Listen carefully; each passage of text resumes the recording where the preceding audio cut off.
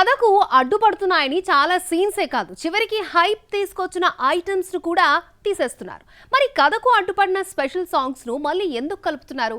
రోజులు గడిచే కొద్దీ కథ ఐటమ్ సాంగ్స్ ను కావాలనుకుంటోందా, లేదంటే కావాలనే ముందు తీసేసి తర్వాత కలుపుతున్నారా?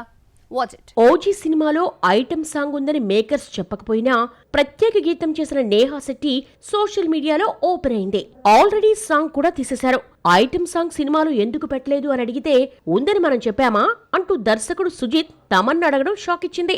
ఇదే విషయాన్ని తమన్ దగ్గర ప్రస్తావించగా సినిమా కోసం ఎన్నో సీన్స్ తీసి తొలగించిన వాటిలో హీరో సీన్స్ కూడా ఉంటాయని, సీన్స్ పాట కంటే సినిమా గొప్పదన్నాడు. నేహా శెట్టికి డీజే టిల్లు తప్ప మరో హిట్ లేదు. ఆ తర్వాత ఎన్ని సినిమాలు చేసినా ఫ్లాపే. కష్టకాలంలోనే నేహాకు ఓజీలో ఐటమ్ సాంగ్ వరంగా మారింది అనుకుంటే సినిమాలో కనిపించలేదు. పవర్ స్టార్ మూవీలో కనిపిస్తే చాలు మరిన్ని ఆఫర్స్ వస్తాయనుకున్న ఈ ముద్దుగుమ్మ కళ కలగానే మిగిలిపోయింది. ఓజీ కథకు అడ్డుపడుతుందని పక్కన పెట్టేసిన ఐటమ్ సాంగ్ ను మంగళవారం నైట్ షోస్ నుంచి కలిపినట్లుగా నిర్మాత పోస్టర్ రిలీజ్ చేయడంతో నేహా ఊపిరి పీల్చుకుంది. అయితే చాలా మంది ఈ వారం రోజుల్లో ఓజీని చూసేశారు. ఈ 4 రోజులు దాటితే ఇక దసరా సందడి ఉండదు. గుడ్డి కన్నా మెల్లమేలనట్టు వారం తర్వాత అయినా కలిపారన్న సాటిస్ఫాక్షన్ తో నేహా సెట్ ఉంది. ఈ పాటకు సంబంధించిన వీడియో క్లిప్స్ నెట్ లో హల్చల్ చేస్తున్నాయి. గతంలో సినిమా రిలీజ్ కి ముందు పాటను చిత్రీకరించడంతో టైం లేదని రిలీజ్ తర్వాత కలిపేవాళ్ళు. సినిమా విడుదల తర్వాత పాట షూట్ చేసి కలిపిన సందర్భాలు ఉన్నాయి.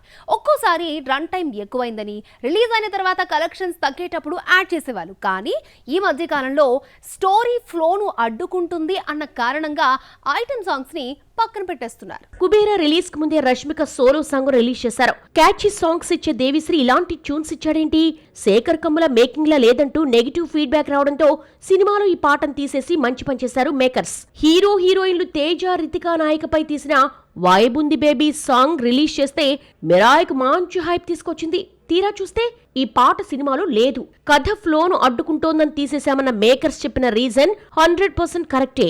రితిక పోషించిన వేద క్యారెక్టర్ చాలా హుందాగా ఉంది. కానీ పాటలో మాత్రం రితిక స్కిన్ షోతో హద్దులు దాటేసింది. క్యారెక్టర్ మీద ఇంప్రెషన్ చెడగొట్టేలా సాంగ్ ఉండడంతో సినిమాలో ఈ సాంగ్ లేకపోవడమే మంచిదని ఆడియన్స్ కూడా ఫీల్ అయ్యాడు. కథకు ఐటమ్ సాంగ్స్ అడ్డుపడతాయని తీసేసి వారం తర్వాత కలిపేస్తున్నారు.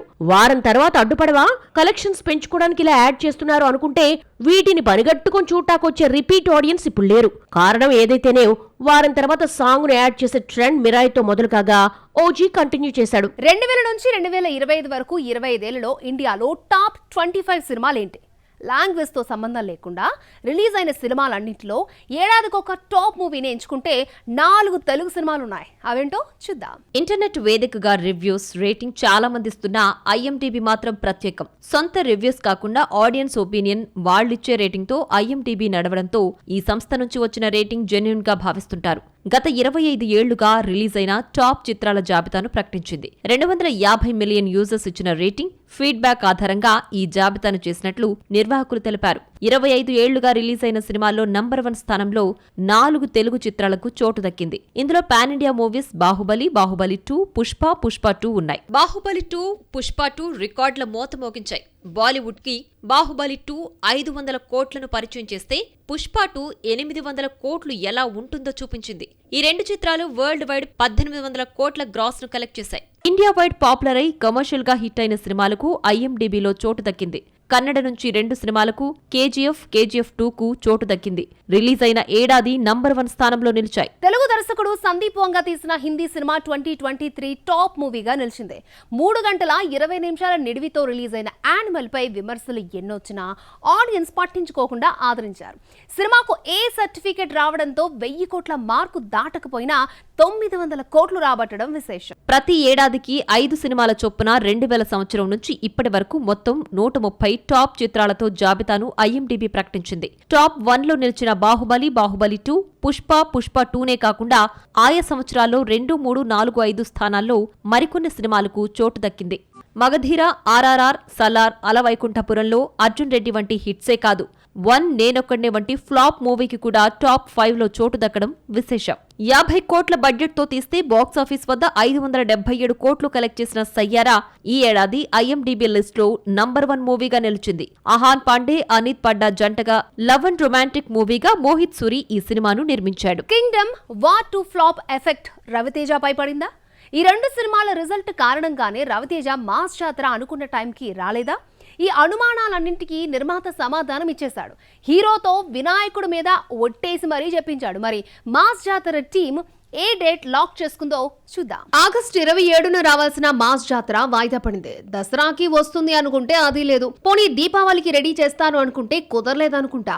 అక్టోబర్ 31 కి రిలీజ్ అవుతుందని చెప్పడానికి రవితేజ హైపర్ ఆదిపై వీడియో రిలీజ్ చేశారు makers. Kingdom War 2 disaster result Mass జాతరపై పడిందన్న టాక్ నడిచింది. ఈ రెండు సినిమాలను రిలీజ్ చేసిన నిర్మాతే మాస్ జాతరను నిర్మిస్తున్నాడు. కింగ్డమ్ వార్ 2 వరుస పెట్టి రిలీజ్ చేయగా రిజల్ట్ నిర్మాతను ఉక్కిరిబిక్కిరి చేసింది. దీంతో గ్యాప్ తీసుకుని మాస్ జాతరను రిలీజ్ చేస్తారన్న న్యూస్ స్ప్రెడ్ అయినా ఇంకో పాట బ్యాలెన్స్ ఉండడంతో విడుదల వాయిదా తప్పలేదు. అక్టోబర్ రిలీజ్ స్లాట్స్ అన్ని ఫిల్అప్ అయిపోయాయి. తెలుసు కదా, డ్యూడ్ వంటి క్రేజీ మూవీస్ కూడా అక్టోబర్ లోనే రిలీజ్ అవుతున్నాయి. 31 కి ముందు తర్వాత పెద్ద ప్రాజెక్టులు ఏమీ లేకపోవడంతో రిలీజ్ డేట్ ప్రకటించారు నిర్మాతలు.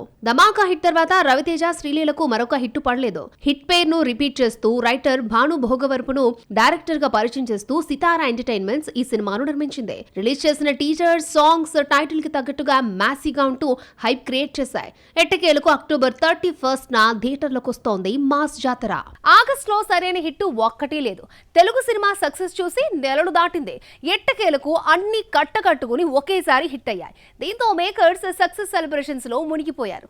సెప్టెంబర్ లో వచ్చి హిట్ కొట్టిన సినిమాలు ఎంత లాభం తీసుకొచ్చాయో చూద్దాం. ఆగస్ట్ లో ఒక్క హిట్ లేకపోవడంతో జనాలు సినిమాలు చూడడం మానేశారు అన్న టాపిక్ మళ్లీ వినిపించింది. తెలుగు సినిమా ఇండస్ట్రీ ఏమైపోతుందా అని సినీ పెద్దలు కూడా భయపడిపోయారు. మహావీర నరసింహ తెలుగులో భారీ లాభాలను తెచ్చింది. నెల రోజుల తర్వాత మరొక డబ్బింగ్ మూవీ కొత్త లోకతో టాలీవుడ్ హిట్ చూసింది. అయితే direct Telugu cinema hit little hearts తో స్టార్ట్ అయింది. తెలుగు బాక్స్ ఆఫీస్ వద్ద డబ్బింగ్ మూవీస్ మహావీర నరసింహ కొత్తలోక హవా నడుస్తున్న టైంలో చిన్న సినిమా లిటిల్ హార్ట్స్ తో టాలీవుడ్ ఊపిరి పీల్చుకుంది. ఓటీటీ కోసం నిర్మించిన ఈ సినిమా కంటెంట్ నచ్చి థియేటర్లోకి రిలీజ్ చేస్తే ఊహించని విజయాన్ని సాధించింది. సినిమాను 3 కోట్లు కమ్మితే 22 కోట్లు కలెక్ట్ చేసి 19 కోట్ల లాభాన్ని తీసుకొచ్చింది. లిటిల్ హార్ట్స్ ముందుగా వచ్చి సక్సెస్ కు దారి చూపిస్తే ఆ తర్వాత రిలీజ్ అయిన మిరాయ్, కిష్కింధపురి హిట్ అయ్యాయి. మైథలాజికల్ హారర్ జానర్ లో రూపొందిన ఈ రెండు సినిమాలను తెలుగు ప్రేక్షకులకు నచ్చాయి. ముఖ్యంగా మిరాయ్ భారీ లాభాలను తీసుకొచ్చింది. దర్శకుడు కార్తీక్ ఘట్టమనేని 3 ఏళ్ల కష్టం ఫలించింది. సినిమాను 37 కోట్లు కమ్మితే ఇప్పటి వరకు 77 కోట్లు రావడంతో లాభం 40 కోట్లకు చేరింది. దసరా సీజన్ వెళ్లే వరకు లాభాలు వస్తూనే ఉంటాయి. మిరాయ్ ఇచ్చిన హిట్ కిక్ తో అంతకు మించి సీక్వెల్ ప్లాన్ చేస్తున్నాడు దర్శకుడు. మిరాయ్, లిటిల్ హార్ట్స్, కిష్కింధపురి వంటి చిన్న చిత్రాలు హిట్టుకు దారి చూపిస్తే పెద్ద సినిమా ఓజీ సక్సెస్ వైపు నడిచింది. సంక్రాంతికి వస్తున్న తర్వాత 300 కోట్ల గ్రాస్ దాటిన సినిమా ఒక్కటి లేదు. మిరాయ్ 200 కోట్లకు చేరువలో ఉంటే ఓజీ 250 కోట్ల దిశగా నడుస్తోంది. ఈ మధ్య కాలంలో ఓజీకున్నంత క్రేజ్ మరొక మూవీకి లేదనే చెప్పాలి. దానికి మించి ఓపెనింగ్స్ ను రాబట్టింది. మొదటి రోజు 154 కోట్ల గ్రాస్ కలెక్ట్ చేసింది. ఇదే స్పీడ్ లో రన్ ఉంటే ఇప్పటికి 300 కోట్ల మార్కు దాటేది. సినిమాను 172 కోట్లు కమ్మితే 90% రికవరీ అయింది. ఇప్పటికి ఓవర్సీస్ తమిళ్, కన్నడలో బ్రేక్ ఈవెన్ అయిన ఓజీ దసరా సెలవులు పూర్తయ్యే నాటికి ఓవరాల్ గా బ్రేక్ ఈవెన్ అవుతుందని అంచనా వేస్తున్నారు. వరుస ఫెయిల్యూర్స్ తో ఇబ్బంది పడుతున్న బెల్లంకొండ శ్రీనివాస్ ఈసారి కంటెంట్ ను నమ్ముకుని హిట్ చూశాడు. హారర్ మూవీస్ చాలా వస్తున్నా కిష్కింధపురితో భయపెట్టడమే కాకుండా సైకలాజికల్ పాయింట్ ఎంచుకునే ఎగ్జైట్మెంట్ మేకింగ్ తో మెప్పించాడు దర్శకుడు కౌశిక్. సినిమాను 9 కోట్లు కమ్మితే 12 కోట్ల షేర్ కలెక్ట్ చేసింది.